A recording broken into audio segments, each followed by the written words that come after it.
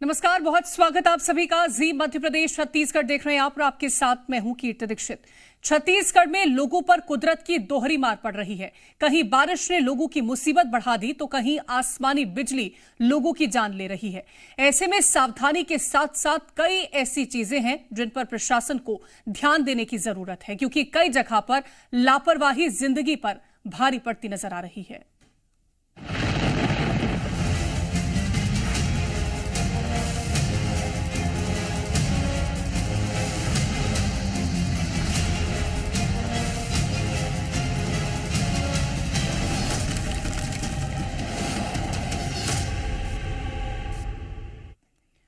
तो सबसे पहले आपको छत्तीसगढ़ से आई कुछ तस्वीरें दिखाते हैं जो वाकई भयावह हैं। बलौदाबाजार में आसमानी बिजली गिरने से 7 लोगों की मौत हो गई, तो वहीं पखांजूर में 24 मवेशियों पर आकाशीय बिजली गिर पड़ी। इस बीच सीएम साय ने भी लोगों को जागरूक करने के लिए एडवाइजरी जारी की है। बताएंगे आपको पूरी एडवाइजरी, लेकिन उससे पहले ये रिपोर्ट देखिए।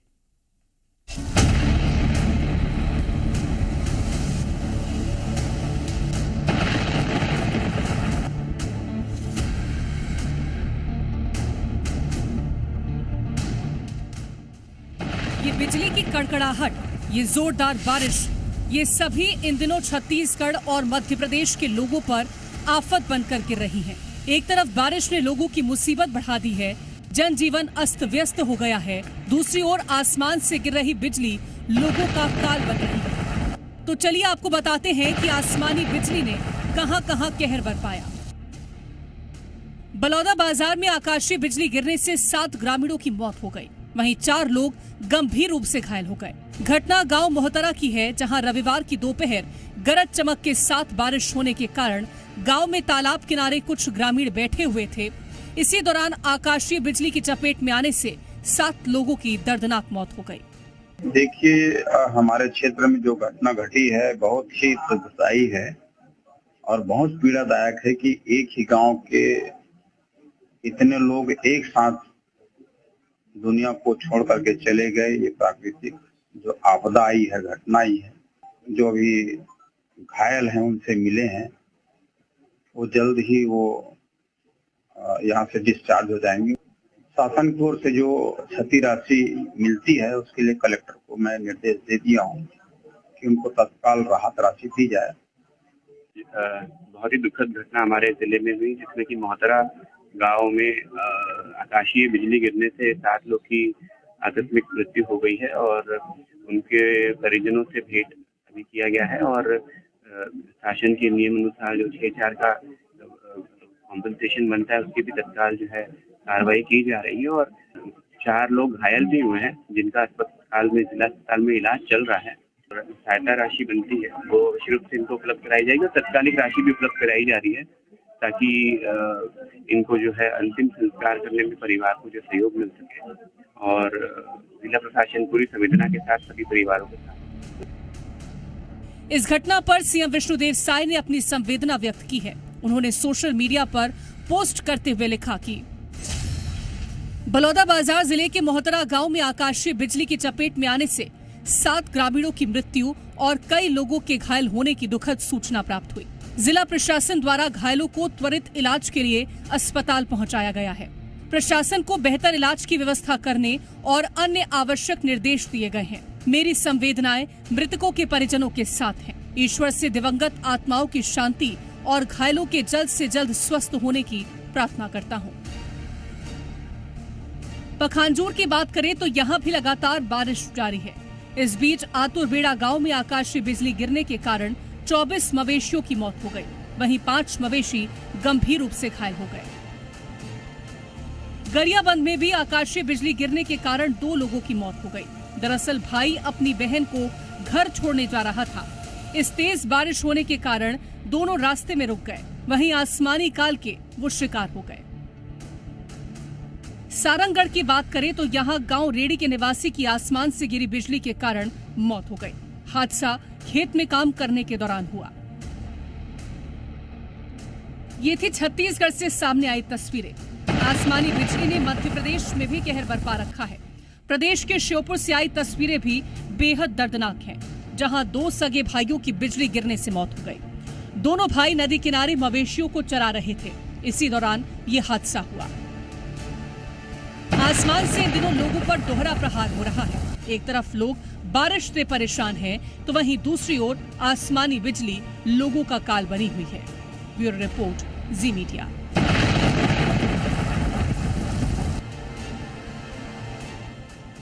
और अब आपको बताते हैं, छत्तीसगढ़ के मुख्यमंत्री विष्णुदेव साय ने लोगों को जागरूक करने के लिए क्या कुछ निर्देश जारी किए हैं।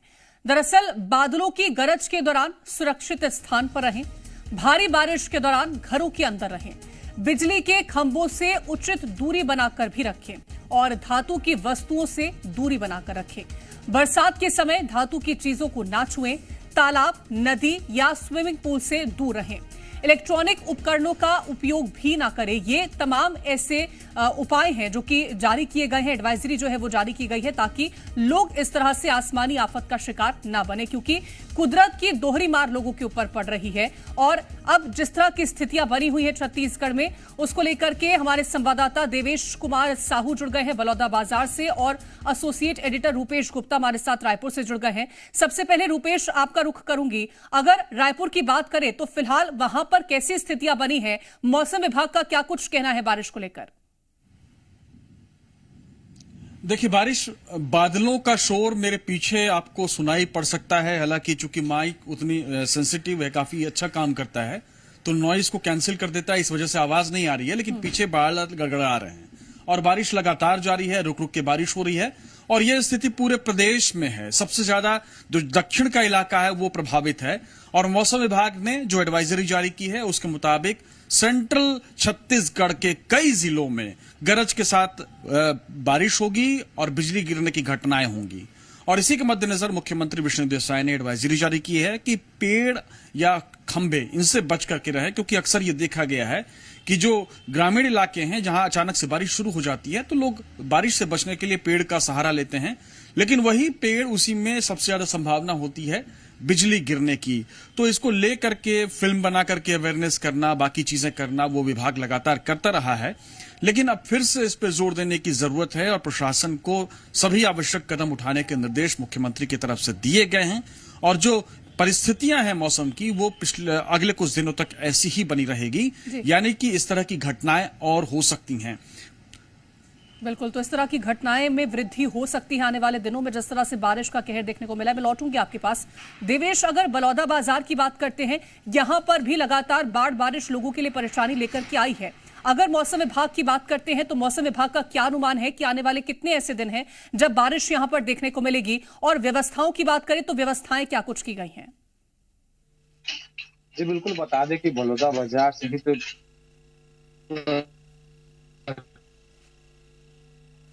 ठीक है, तो कुछ तकनीकी खामी है और देवेश की आवाज हम तक नहीं पहुंच पा रही है। मैं लौटूंगी देवेश एक बार फिर से आपके पास और जानने की कोशिश करेंगे कि आखिरकार जो स्थितियां हैं उनमें क्या अभी बेहतर हो सकता है। तो रूपेश, एक बार मैं फिर से आपका ही रुख करना चाहूंगी। अगर व्यवस्थाओं की बात करते हैं तो अभी क्या व्यवस्थाएं की गई हैं? क्योंकि हम अगर छत्तीसगढ़ को, पूरा छत्तीसगढ़ देखें तो अलग अलग हिस्सों में लोगों के लिए परेशानी जो है वो बाढ़ बारिश लेकर के आई है। तो राहत बचाव की बात करें तो उसको लेकर के क्या व्यवस्थाएं हैं? देखिए, आज ही तस्वीर आई है जो पखांजूर इलाका है कांकेर जिले का, उस इलाके में एक नगर पंचायत अध्यक्ष फंस गए थे और उनको पानी इतना ज्यादा ओवरफ्लो हो गया कि उनको पेड़ में चढ़ करके जान बचानी पड़ी और उन्होंने मुख्यमंत्री के निर्देश पर वहां पे रेस्क्यू का ऑपरेशन चला और उसके बाद उनको किसी तरह से बचाया जा सका। तो परिस्थितियां इसी तरह से, अचानक से बारिश आती है और बारिश के बाद चूंकि यहाँ पे पहाड़ी नदी नाले ज्यादा हैं तो बारिश अचानक से आती है और अचानक के बाद जो फ्लो होता है पानी का अचानक से बढ़ जाता है। और चूंकि इस मौसम में जो तमाम झील झरने हैं उन झरनों में पानी अच्छा होता है तो लोग नजारा देखने के लिए भी चले जाते हैं, तो उस तरह का भी खतरा होता है। कई ऐसे इलाके हैं जो रिमोट के इलाके हैं, ज्यादातर ऐसे इलाके हैं जहां पे आवाजाही के कोई दूसरे साधन नहीं है, तो नदी क्रॉस करना होता है, नाले क्रॉस करने होते हैं, तो अगर फ्लो बढ़ जाता है तो कई बार वो फंस जाते हैं। तो ये परिस्थितियां हैं जो पानी को लेकर के हैं। बाढ़ का जो इलाका है वो रायपुर और आसपास के इलाके हैं, राजिम का इलाका हो या फिर दूसरी जगह हो, लेकिन अधिकांश जगहों पर जो परिस्थितियां हैं, जो ग्रामीण इलाके हैं, जो छत्तीसगढ़ का करीब 75% इलाका है, उन इलाकों में सबसे ज्यादा खतरा बिजली गिरने से होता है, क्योंकि वहां पे गांव और खेत में तड़िक चालक नहीं होते हैं, लगाए नहीं जाते हैं। और इसकी वजह से अक्सर इस तरह के हादसे होते हैं और हर साल ऐसे हादसे होते हैं। ऐसी स्थिति में सरकार लगातार हर साल कार्यक्रम करती है, लोगों को अवेयर करती है, लेकिन उसके बावजूद जो अशिक्षा का स्तर है, उसकी वजह से सामाजिक जागरूकता की जो कमी है, उसकी वजह से ये हादसे सामने आते हैं। कल अचानक से हुई बारिश के बाद इस तरह के प्रदेश में कई जगहों से हादसे की ऐसी खबरें आई।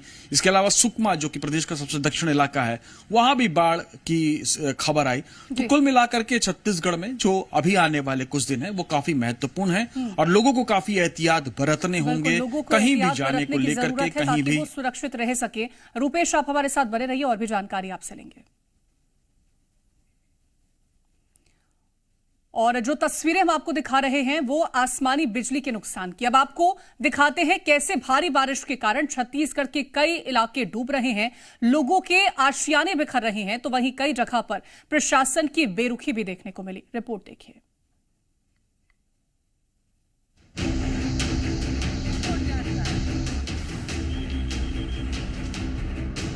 छत्तीसगढ़ में इन दिनों बारिश लोगों पर आफत बनकर बरस रही है। आलम यह है कि घर हो या फिर बाहर, हर जगह पानी ही पानी है। बारिश के कारण कई इलाकों में बाढ़ आ चुकी है तो कई इलाके जलमग्न हैं। ऐसे में जनजीवन बुरी तरह से अस्त व्यस्त हो चुका है। लोगों का एक ही सवाल है, करे तो करे क्या, जाए तो जाए कहाँ। तो चलिए आपको दिखाते हैं वो तस्वीरें जो वाकई लोगों की परेशानियों को बढ़ा रही है। और फिलहाल ये मुसीबत थमती नजर नहीं आ रही, क्योंकि छत्तीसगढ़ में मौसम विभाग ने ऑरेंज अलर्ट जारी कर रखा है। प्रदेश के कई ऐसे जिले हैं जहां आने वाले कुछ घंटे बेहद भारी रहने वाले हैं, यानी कि आसमानी आफत फिलहाल थमती नजर नहीं आ रही। सबसे पहले नारायणपुर से आइए 3 तस्वीरें देखिए। नारायणपुर में बारिश से तबाही मच गई है। कई सड़कें टापू में तब्दील हो गए हैं तो कई गाँव का संपर्क जिला मुख्यालय से कट चुका है। तो कई लोगों के घरों में बारिश का पानी घुस गया, जिसके कारण घर का सामान खराब हो गया। पहली तस्वीर नारायणपुर के छेरी बेड़ा रपटा और रावघाट पुल की है, जहां आवागमन पूरी तरह से बंद हो चुका है। बाढ़ के पानी के कारण सैकड़ों गांवों का संपर्क जिला मुख्यालय से कट चुका है। वहीं सोनपुर मार्ग में लोग जान जोखिम में डालकर नदी पार करते नजर आ रहे हैं। दूसरी तस्वीर भी नारायणपुर की है, जहां लोगों के घरों में बारिश का पानी घुस गया है। लोगों का दिन घर से पानी निकालने में ही निकल रहा है। वहीं कई रास्ते ऐसे हैं जो बारिश के कारण पूरी तरह से बंद हो चुके हैं। अब जरा सुकमा से सामने आई ये तस्वीरें देखिए। जिले में लगातार हो रही बारिश से हालात बिगड़ते चले जा रहे हैं। जिला मुख्यालय में NH30 पर बाढ़ का पानी आ गया है। सड़क पूरी तरह बंद हो चुकी है। वहीं बीजेपी कार्यालय में भी पानी घुस गया है। सुकमा से ही एक और तस्वीर सामने आई है, जहां एक स्कूल पूरी तरह बारिश के पानी में डूब गया। शबरी नदी में आई बाढ़ के कारण स्कूल में पानी घुस गया। इसके साथ ही कई लोगों के घरों को नुकसान पहुंचा है। कई ऐसे गाँव हैं जहां लोगों के घर ढह गए, नदियां उफान पर हैं और गांव टापू में तब्दील हो रहे हैं। ऐसे में लोगों को अब प्रशासन से उम्मीद है। सुकमा जिले में भी 48 घंटे से ज्यादा समय से बारिश हो रही है, जिसके चलते कई नदी नाले उफान पर हैं।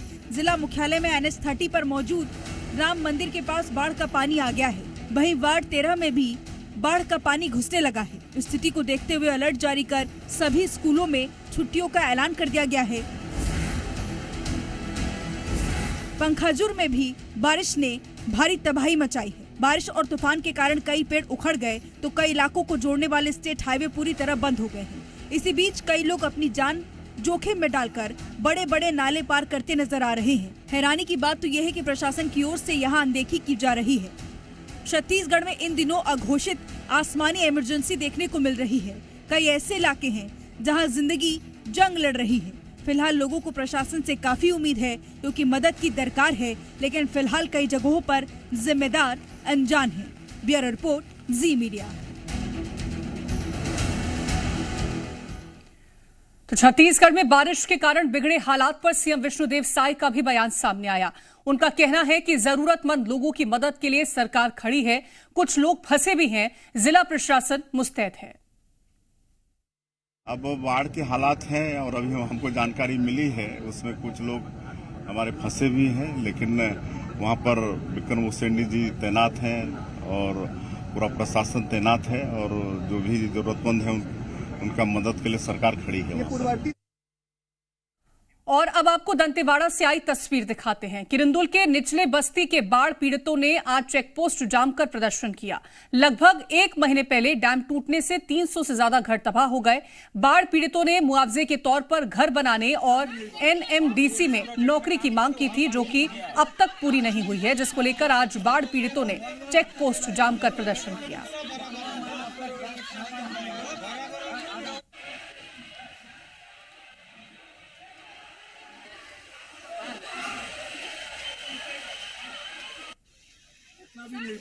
आप लोग जिस प्रोजेक्ट में काम करते हो वहाँ पानी नहीं दिया है। और ज्यादा जानकारी लेंगे, हमारे साथ हेमंत संचेती नारायणपुर से जुड़ गए हैं और रुपेश लगातार हमारे साथ बने हुए हैं। हेमंत, अगर नारायणपुर की बात करें तो यहाँ पर बारिश अभी फिलहाल के लिए किस तरह से दर्ज की जा रही है और आने वाले वक्त को लेकर के क्या अलर्ट जारी किया गया? जी, अभी बारिश की बात की जाए तो बारिश अभी हल्की है और कल जो बीती रात से सुबह तक जो तेज बारिश हुई उससे पूरे जिले में जगह जगह पानी से भरा हो गया था। बात की जाए नारायणपुर कोंडागांव मार्ग की तो छेरीबेड़ा रपटा भर जाने के कारण आज दिन भर बाढ़ पूरी तरह से बंद था। वहीं अंतागढ़ मार्ग पर राव घाट पुलिया में पानी भरे होने के कारण वह मार्ग बंद हो गया था, जिसकी वजह से नारायणपुर जिला टापू बन गया था। वहीं अबुझ मार्ग के कोकामेटा इलाके में पुलिया कट जाने की वजह से अबुझ मार्ग के सैकड़ों गाँव का संपर्क जिला मुख्यालय से कटा हुआ है। वहीं बात की जाए ओरछा बड़गांव रोड की तो वहां भी मार्ग में पूरे जल भरा होने के कारण वहां की भी स्थिति आवागमन पूरी तरह से बाधित है। वही जिला मुख्यालय का हाल भी काफी बेहाल था, कई घरों में पानी भर चुका था। लोग अपने घरों से पानी फेंकते दिन भर नजर आए। वहीं जो कल रात से जो बिजली गुल है वो अभी तक गुल है, जिससे लोगों को काफी परेशानी हुई। कई घरों में अभी तक दिन के पानी भी जो नगर पालिका से मिलता वह पानी भी नहीं मिल पाया है। तो देखी जाए तो ये बारिश जो आफत की बारिश आई है उससे पूरी तरीके से लोगों को काफी परेशान किया। वहीं बात की जाए तो इन इलाकों में सुबह के समय प्रशासन का कोई भी अमला मौजूद नहीं था। जब जी मीडिया द्वारा लगातार खबर दिखाई गई उसके बाद प्रशासन जागा और इन इलाकों में जहाँ पे बाढ़ के हालात थे उन इलाकों में नगर सैनिक के जवानों को तैनात किया गया है। और अभी जो आगे की स्थिति को देखते हुए जो एसडीएम है वो खुद इन इलाकों का दौरा कर रहे हैं और उन इलाकों में जाकर लोगों को समझाइश भी दे रहे हैं कि बाढ़ के समय में नदी नाले पार ना करें, जिससे कोई अप्रिय घटना घटित ना हो। बिल्कुल, तो लोगों को समझाइश देने का काम यहाँ पर अधिकारियों के द्वारा किया जा रहा है। मैं लौटूंगी आपके पास हेमंत। रुपेश, जिस तरह का प्रदर्शन की तस्वीरें हमने देखी है, किरंदुल इलाके के जो लोग हैं उन्होंने प्रदर्शन किया है और जो उनकी मांगे रही हैं वो भी अभी तक पूरी नहीं हो पाई हैं। इसको लेकर के क्या अभी तक कोई आश्वासन मिला है दोबारा से? देखिए, एनएमडीसी आमतौर पर मौन रहता है। एनएमडीसी के कोई भी अधिकारी बात करना मुनासिब नहीं समझता है। इससे पहले हमने एक स्पेशल रिपोर्ट भी की थी कि किस तरह से एनएमडीसी के जो प्रभावित गांव हैं वहां पे बुनियादी सुविधाओं का अभाव है और एनएमडीसी का कोई भी अधिकारी कई बार मेल करने के बाद, वहां पे संपर्क करने के बाद बोलने को राजी नहीं। तो एनएमडीसी के जो कर्मचारी हैं, जो अधिकारी हैं, वो किसी भी कीमत पर बात नहीं करना चाहते हैं। स्थानीय लोगों ने प्रदर्शन किया है, इसको संज्ञान में लेना चाहिए। जो डिमांड की है कौन सी पूरी की जा सकती है, कौन सी नहीं, इस पर बात करनी चाहिए। लेकिन एनएमडीसी की तरफ से वो कोई पहल नहीं होगी, क्योंकि एनएमडीसी रन और गवर्न होता है हैदराबाद से और ऑपरेशन करता है छत्तीसगढ़ में। ये उसकी बुनियादी समस्या है। दूसरी बात, जो प्रभावित गांव है वो बुरी तरह से प्रभावित हैं, क्योंकि जो वेस्ट होता है खनन के बाद, जो अयस्क का खनन होता है वो वेस्ट बांध टूटने की वजह से बह जाता है और बहुत बड़ी संख्या में गाद जो है वो फ्लो करके जो ग्रामीण इलाके हैं वहां चला जाता है। उनके मकान टूट जाते हैं, उनके खेत बंजर हो जाते हैं, उनकी जिंदगी तबाह हो जाती है, उनके पीने के पानी के सोर्स कंटेमिनेटेड हो जाते हैं। तो ऐसी स्थिति में एनएमडीसी प्रशासन कुछ नहीं करने वाला है और जिला प्रशासन भी इन सब समस्याओं पर जो आम लोगों से जुड़ी हुई है खास तवज्जो देता नहीं है। तो परिस्थितियां वहां की विकट हैं और उन्हीं विकट परिस्थितियों के बीच में वहां के लोग रह रहे हैं।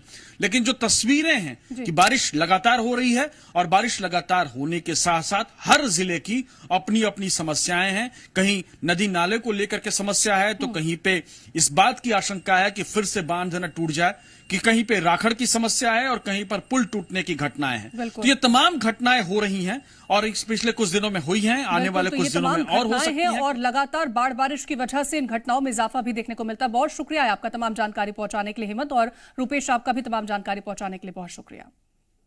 और फिलहाल के लिए इस खास पेशकश में इतना ही। आप देखते रहें जी मध्य प्रदेश छत्तीसगढ़।